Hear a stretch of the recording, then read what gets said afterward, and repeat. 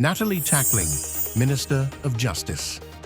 Show the members exactly what has changed between 2025 and 2026. Tender submission. Deadline. Extended for drainage system. Coal Bay, Union Road to Simpson Bay, Lagoon.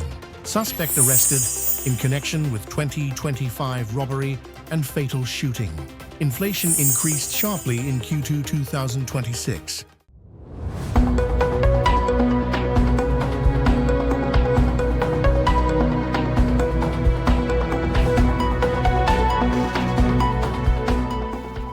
From the island of Sint Maarten, this is SXM Daily News for August 24th, 2026. Natalie Tackling, Minister of Justice, show the members exactly what has changed between 2025 and 2026 and where the money is allocated. Second, be precise about what this ministry is obliged to do, because our obligations run at 3 levels. There are international obligations for Sint Maarten. There are kingdom-level obligations that follow from various kingdom acts, and they are the obligations we owe our own people.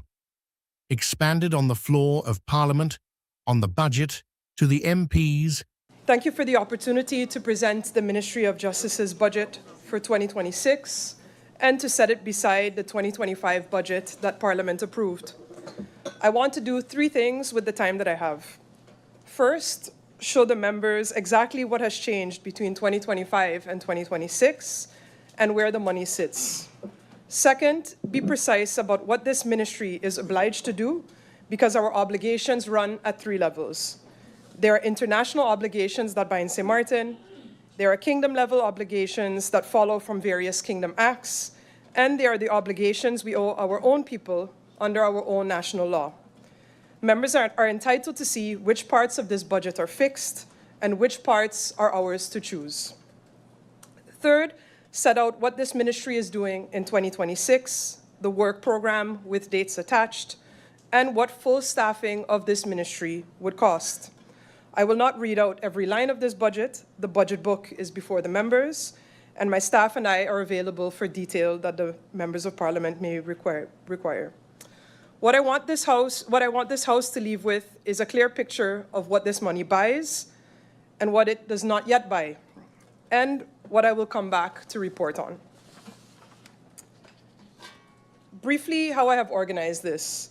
We begin with the ministry itself, what this budget actually runs, and then with what the budget consists of, because the composition explains more than the totals. From there, we will go department by department, very briefly. Section 3 sets out our obligations at 3 levels, international, kingdom, and local. And roughly 1 guilder in 8 is committed before this ministry actually makes a single choice.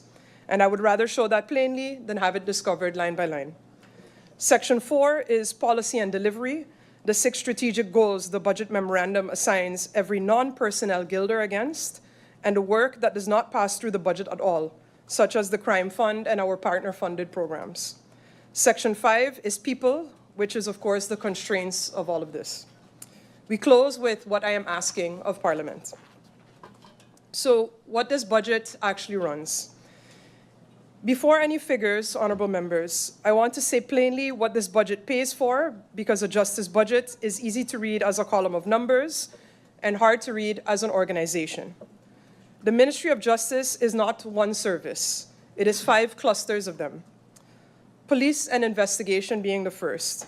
We see here KPSM and Landsrecherche, the national detectives, patrol and response, criminal investigation, and the investigation of integrity offenses, including within government.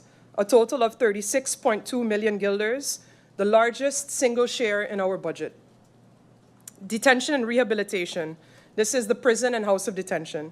Custody, supervision, and rehabilitation and reintegration programming at 15.7 million guilders. The long-term work on probation services and our youth segment approach at the Miss Lally Center is actually being carried out through partner funding, and I will come to that in Section 4. So you won't see it reflected in the budget in front of you. Borders and revenue, immigration and border protection, customs, and of course, the Coast Guard. Who enters and stays, what crosses our ports, what duties we collect, and of course, interdiction at sea. This is budgeted at 26.9 million guilders. The Prosecution Service and Judicial Affairs, Prosecutor's Office, the Attorney General's Office, these total 8.5 million guilders. Protection, integrity, and support, the Court of Guardianship, our Financial Intelligence Function, the Staff Bureau, and the Cabinet, and of course, our contributions to the Joint Court, the Council of Law Enforcement, and the subsidies that we pay our justice sector partners. This totals 26.4 million guilders. Those five add up to the whole budget of the Ministry of Justice, which is this year roughly 113.8 million guilders. The last line of the slide is more a memo. It's not a sixth service that we have within the ministry, and I want to be clear about this part. Of everything shown above, 13.8 million guilders is our kingdom obligations, the Joint Court of Justice, the Council of Law Enforcement, and our share of the Coast Guard and the Prosecution Service. It is spread across those rows rather than sitting in one place, so I have it set out at the bottom as an of which line, and again in full in section 3 of the presentation.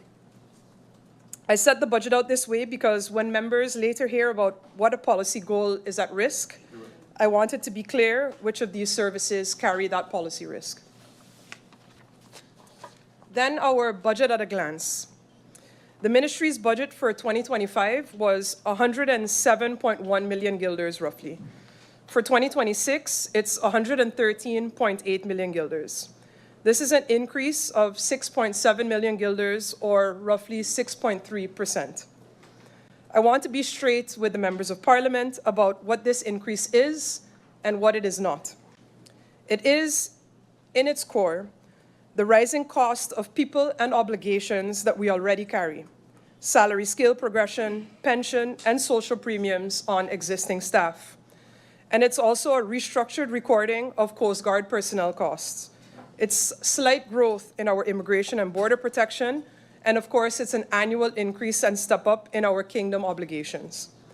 So it doesn't mean that we have 6.3% more capacity or more policy room, and I would rather say it here at the start and not have it be questioned later on. And the next slide will show why. What the budget consists of.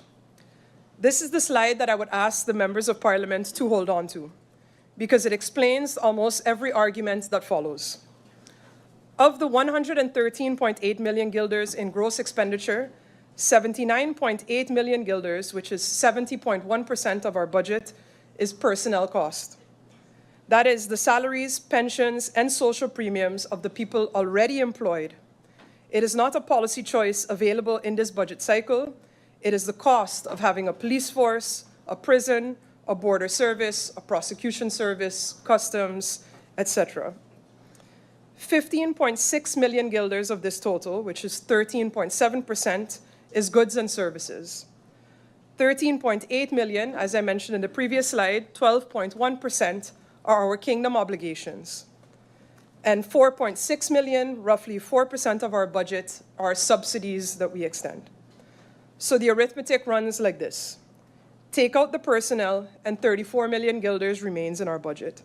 Take out our kingdom obligations, which are fixed in law, and the subsidies, which are committed to partners delivering services on behalf of this government. Then what is genuinely available to this ministry to direct is about 15.6 million guilders in goods and services. And I say that not as a complaint, but to frame the context of the budget. When members ask why a strategic goal carries such a small figure, or why we look outside our budget for prevention work, that number is the answer. It is also why the Crime Fund and our partner-funded programs matter more than their size suggests.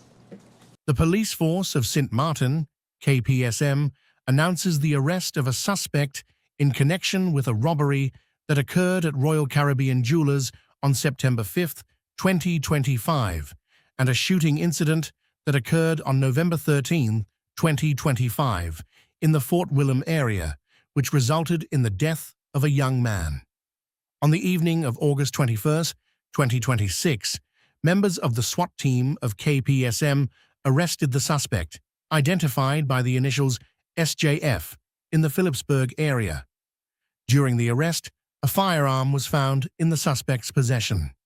Police confiscated the firearm and will subject it to further investigation as part of the ongoing case. Following his arrest, the suspect was brought to the police station and arraigned by the acting prosecutor. He will be questioned by detectives from KPSM's Special Unit Robbery Team and Major Crimes Department. The suspect remains in police custody as the investigation continues. KPSM is appealing to anyone who may have information regarding either of the incidents mentioned above to come forward and assist the investigating detectives. Anyone with relevant information is urged to contact the Special Unit Robbery Team and/or the Major Crimes Department at +1 721 542 2222, extensions 203, 205, 208, or 224. Information can also be provided anonymously through the KPSM Anonymous Tip Line at 9300. KPSM thanks the community for its continued cooperation and assistance in helping bring clarity to these serious incidents.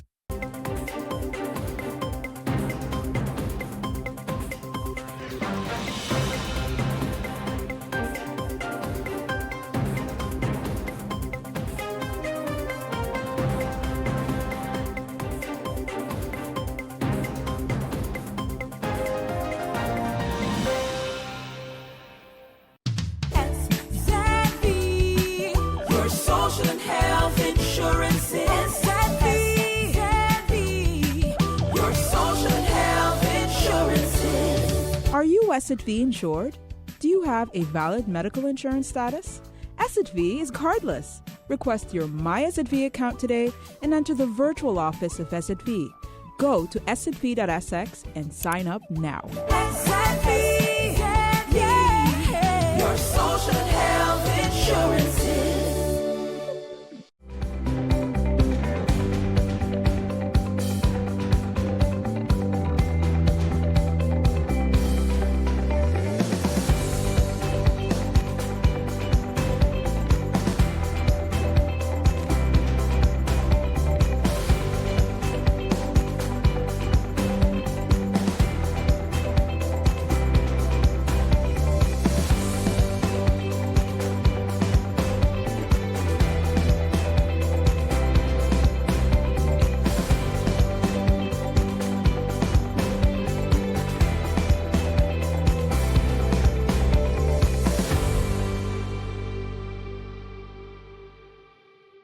SXM Daily News. Continue with the Parliament meeting with the Prime Minister, Dr. Luc Mercelina, on the draft National Ordinance on the Budget for Country Sint Maarten. Madam Chair, in the course of this presentation, I will first outline the legal mandate and responsibilities of the Ministry of General Affairs. I will then present a financial overview of the Ministry's 2026 budget. This will be followed by an overview of the Ministry's key strategic priorities, a discussion of the key risks we face, and finally, I will give some reflections on the path forward. Let's start with key responsibilities.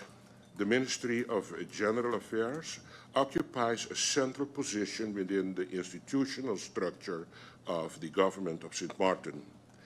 By law, the Ministry is entrusted with a broad mandate encompassing domestic affairs, kingdom relations, foreign affairs, legal affairs and legislation, personal policy and human resources management, public communication, project management, and public service delivery, including emergency services provided through the fire department.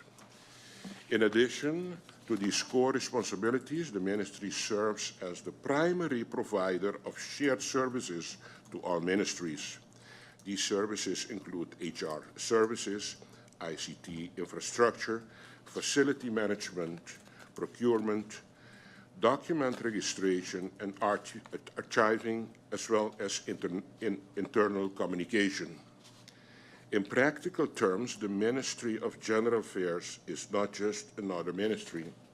It is the glue of government. It is the only ministry that has core domains and services all other ministries. When General Affairs operates effectively, the entire government benefits.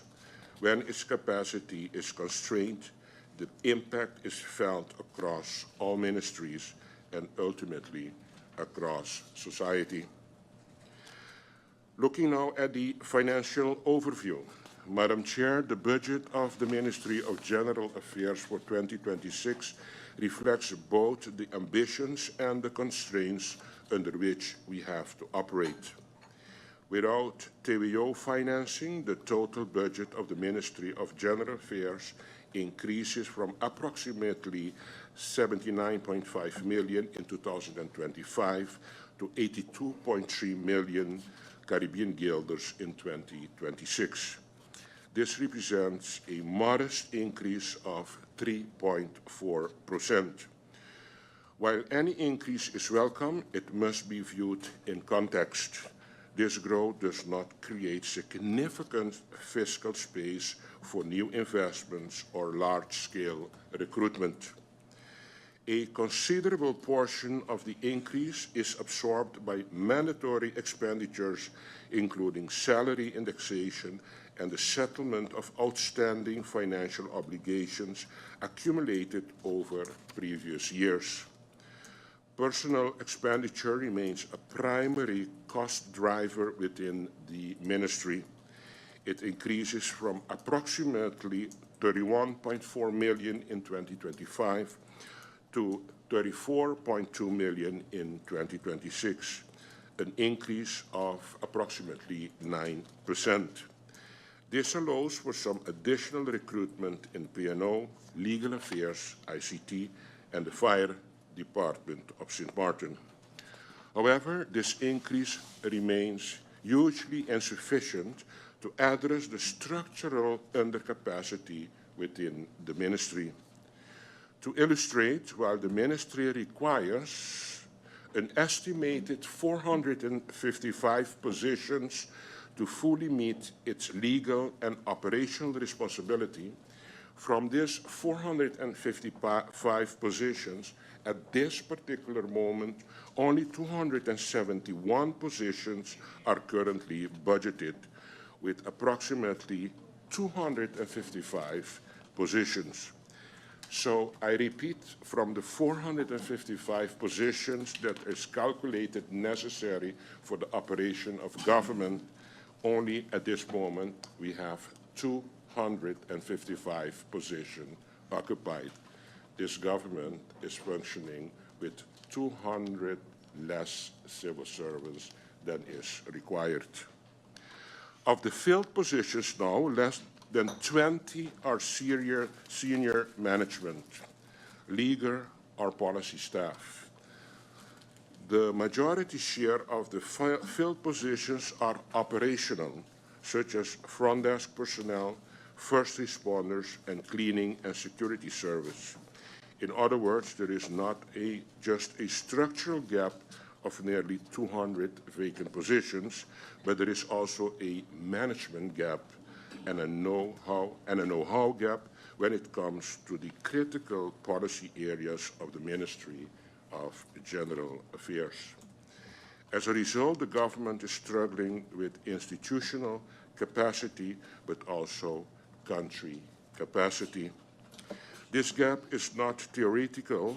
It is the reality that government has been experiencing for quite some time, and it has very tangible consequences for our country.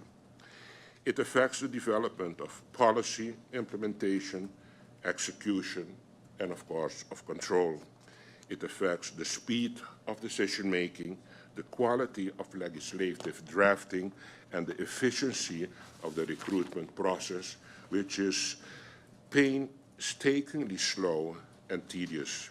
And it also affects the reliability and digital system and the responsiveness of public service. Grisha Heiliger Martin, Minister of Tourism, Economic Affairs, Transport and Telecommunication, speaking at the Parliament meeting, cannot simply administer the economy. We must increasingly help shape it strengthen our existing economic pillars while deliberately creating new opportunities, attracting investment, and building greater resilience against external shocks. Because ultimately, economic growth means little if our people cannot feel its benefits in their everyday lives. This slide, Madam Chairlady, demonstrates the continued strength of St. Martin's tourism performance, and importantly, how that growth is translating into economic activity and government revenues. For January through July of this year, air travels increased by 21%, representing almost 100,000 additional visitors and compared to the same period in 2025. Cruise arrivals also increased by approximately 14%. What is particularly encouraging is that we are seeing this growth reflected beyond visitor numbers. Hotel room tax revenues increased by 15%, generating approximately 1.5 million guilders more, while car rental tax revenues surged by more than 60%. And we must put these numbers into a regional context. According to the Tourism Analytics, which tracks tourism performance across Caribbean destinations, St. Martin is currently among the strongest performing destinations in the region in year-to-year stopover growth. Many Caribbean destinations are experiencing tourism growth. That is positive for the region, but St. Martin is not simply growing with the Caribbean. We are outperforming many other of our regional competitors. That presents us with a tremendous opportunity. Our challenge now is to capitalize on this momentum, not simply by bringing more people to St. Martin, but by increasing visitor spending, strengthening local businesses, and ensuring that more tourism dollars remain within our economy. That is where our focus must shift, from tourism growth to tourism value. Madam Chairlady, I want the people of St. Martin to look carefully at this slide, because 41.2 million guilders does not tell the full story of what TIAT actually has available to operate. The total national budget for 2026 is approximately $640 million. Of that amount, TIAT's operational allocation is approximately 41.2 million guilders, just 6.4% of the national budget. And TIAT carries exceptionally broad mandate. We are responsible for tourism, economic affairs, transportation, telecommunication, civil aviation, maritime affairs, Met services, agriculture, statistics, licensing inspection, consumer protection, and economic regulation. But now let's go one step further and look into that 41.2 million guilders. Approximately 19.3 million, almost 47%, is personnel costs. Another 13.1 million is reflected under projects and activities, much of which is tied to a specific country package initiatives and external funding arrangement. That is not money that TIAT can freely redirect towards any day-to-day priorities. Approximately 3.8 million is specifically allocated to tourism marketing and promotion, while 2.9 million supports subsidies and grants. So when we strip away all personnel and look at the ministry's actual material budget across its department, TIAT has approximately 8.74 million guilders to work with. And that, Madam Chair, puts our challenge into proper perspective. We are responsible for supporting the principal pillar of St. Martin's economy, while simultaneously being asked to diversify that economy, improve the business climate, modernize transportation and telecommunications, strengthen consumer protection, attract investment, improve regulation, and help create entirely new areas of economic activities. That is a very large economic mandate operating with a very limited toolbox. And I am not here to make any excuses. I am highlighting it because ambition must be understood in the context of capacity. It means we have to stretch every guilder. We have to prioritize. We have to leverage country packages funding, public-private partnerships, and outside investment. And importantly, we have to research and design initiatives properly before committing scarce resources to them. Because when you have a limited room for error, you cannot afford expensive mistakes. This is why I continue to describe TIAT as the little engine that could. The engine carries a tremendous amount of weight. The resources may be limited, but the responsibility is not. And despite that, the engine continues to move. Our challenge is not to make every guilder work harder, every investment more strategic, or every initiative contribute. Our challenge is to make every guilder work harder, every investment move strategic, and every initiative contributed to strengthening or expanding St. Martin's economic base. We may be the little engine, but we're being asked to pull a very big economy. With that in context, Madam Chair Lady, I will take Parliament through the individual departmental budgets and show how these limited resources are being deployed.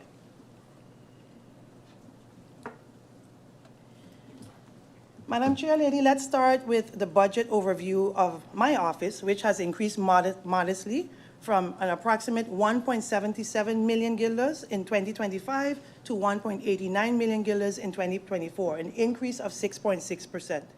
The majority of this increase relates to personnel costs, including salary indexation, material costs by 25,000 guilders, which speaks to a shift from one economic category to another, primarily to support office travel, representation, and international stakeholder engagement as required. This allocation supports the effectiveness, the executive and policy leadership of TIAT, coordinating priorities, advancing legislation, and ensuring alignment with the government program. This is where we set the direction, establish the priorities, and begin laying the tracks for growth. Phillipsburg, St. Martin. The Department of Statistics, STAT, reports that the cost of everyday goods and services in St. Martin increased significantly during the second quarter, Q2, of 2026. Inflation stood at 5.45% compared with Q2 2025 and by 4.03% compared with the first quarter, Q1, of 2026. In practical terms, a household that spent 1,000 XCG on the same goods and services a year ago would now spend approximately XCG 1,054. The increase is particularly notable when compared with recent years. Prices increased only about 2.2% between Q1 2024 and Q1 2026. In contrast, prices increased by 4.03% in just 3 months between Q1 and Q2 2026. Two of the largest increases were related to energy and transportation. The GB fuel clause increased by 40.4% compared with Q1 and 34.6% compared with Q2 2025, while gasoline prices increased by 38.37% compared with Q1 and 42.79% year-on-year. Q2 over Q1 compares the last 3 months, April, May, June, with the 3 months before, January, February, March. 2026 Q2 versus 2025 Q2 compares the last 3 months with the same 3 months 1 year ago. The 4 biggest expenditures categories. These 4 categories carry the largest weight, influence in the total CPI, so they move the overall number the most. Weight is how much of a typical household's spending goes to that category. Why it matters. When prices rise faster than income, the same salary buys less. Because electricity, gas, and food touch almost everything, a change here is felt right across the island. Tracking the CPI helps families, businesses, and government understand and make adjustments, if and when possible, for the cost of living. To see the full report, including how the GB fuel clause and gasoline prices have changed over time, please visit our website at stats.sintmartengov.org or contact us at statinfo@sintmartengov.org. Source: Department of Statistics, STAT, St. Martin. Q1 covers January to March, and Q2 covers April to June.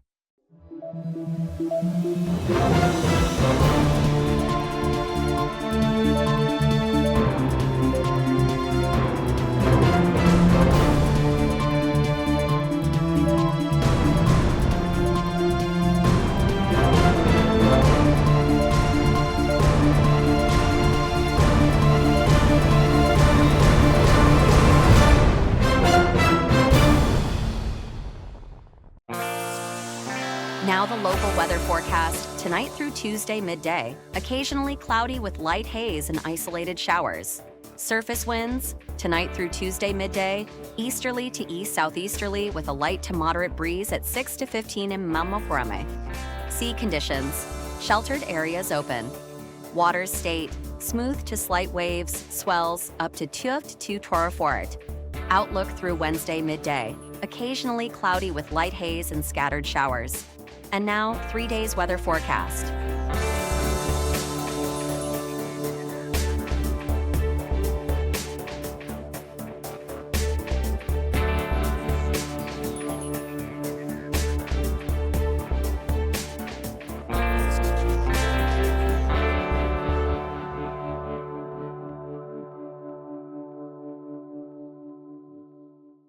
SXM, your social and health insurance is SXM, your social and health insurance is. Are you SXV insured?